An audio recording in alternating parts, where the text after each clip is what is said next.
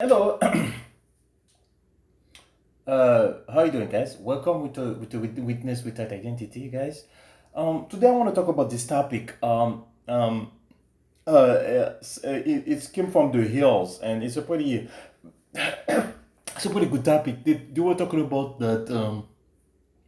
The poll reveals that the American hate the media weaponized negativity. This is something very important, guys. It's something very important. Because you see, like, we are so divided now that there is even fights about the COVID vaccine. There's even fight about mask. There's even fight about like when we're gonna open again. It's Republican and Democrat. So we have to be very careful. As I told you, the show here is about we have to witness the news without our identity. We have to try to do that. We have to witness our life without our identity. We don't want to bring our identity in every topic. You see the shooting that happened, the last shooting of Dante White? I personally don't think it was because he was black. Maybe it was, but I kind of feel like it was a mistake. But why it always happened to black people? So maybe it was because he was black. Because why they treat him so aggressively? You know, I don't understand, but I don't want to get involved with that. But I'm saying to you that this identity thing, it's like a toxic, very toxic thing that if you believe in it and if you live by it, it could destroy your life, because you're gonna live by it and you're gonna fight too much for it. And you should release your identity a little bit, like play with it a little bit where it become a little bit more softer. You know what I'm saying? So that's the way I look at it with this identity thing. So guys, like I'm gonna show you what the Hills crystal ball is talking about, and you're gonna see what she's saying, and we're gonna talk about it after. Okay.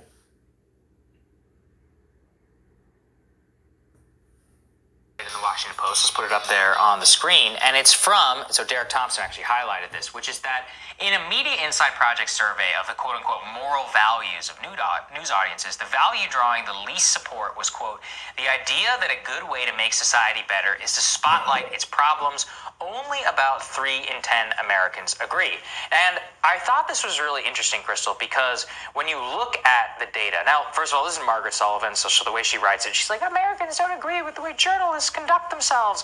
And I was like, well, maybe that says a little bit about the journalists. And I think what is important there is that what Americans generally are saying here is they think and they can feel viscerally that the journalists who got, under the guise of trying to expose people in power, when really it's like CNN, MSNBC going after Republicans, Fox News going after Democrats, they can feel that this critical, like tearing down media culture is bad. Three out of 10 are the only people who really support that. 70% of people want to see something different. And actually, if you look in there. Okay. So you see, this is what my show is about. It's about this actually. It's about stuff like this. It's like 70% of the Americans, they don't want to see people tearing each other apart in the news like that. Like they want to see like a solution. It's not about like bashing the other side all the time.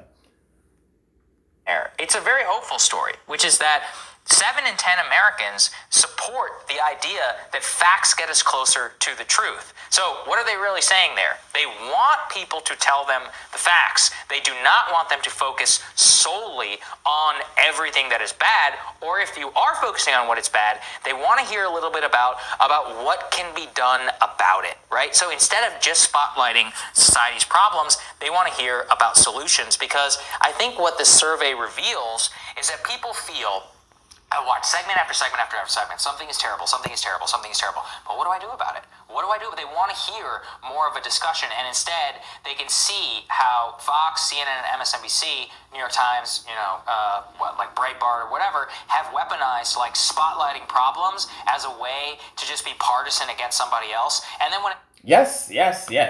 We cannot deny that, right?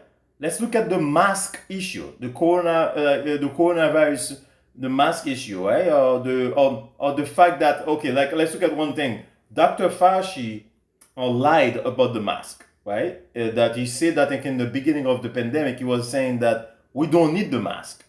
And he was lying because he was trying to prevent people from buying the N95 He wanted to prevent the people from buying the N95, so that people can keep the N95, and he was trying to do that so that they keep the N95, and that for the medical people.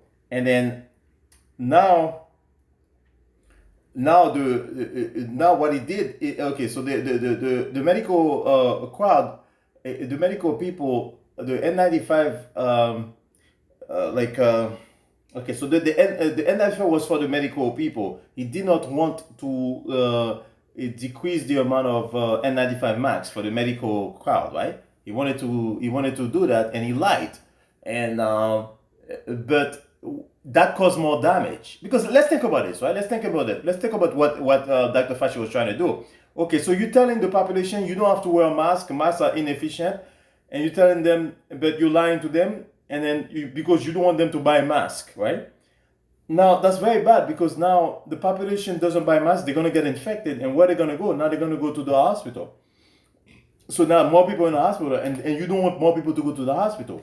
You know what I'm saying? So if you tell people not to wear a mask, more people are gonna end up in the hospital. You know what I'm saying? So that was a messed up thing what he did. He totally messed up there. And then now many people on the Republican side say, hey, you see, Dr. Fauci is lying. You cannot trust this guy anymore. So they weaponize this thing, right? This mistake that Dr. Fauci made. It was a legitimate mistake. They weaponized it against the left, and saying that the whole coronavirus is a bogus thing. It's a controlling thing. You know what I'm saying? So this is what I'm saying, guys. This show that I'm doing right now, it's called Witness Without Identity, and it's focusing on this one thing. And I think I want to stay on that focus, that topic, and I want to draw people toward me, because you guys see how the media and the news is so messed up, right? And the only way we're going to be able to overcome this is for us to release our identity, to disconnect from our who we are, and from disconnect from our party, disconnect from our ideology, disconnect from everything, and then to listen to news and everything in a very detached way. Please subscribe to my channel, guys. Don't let me go, because I need your help. I need you guys to subscribe to this channel, because we want this channel to get bigger and bigger. Thank you, guys. Have a good day.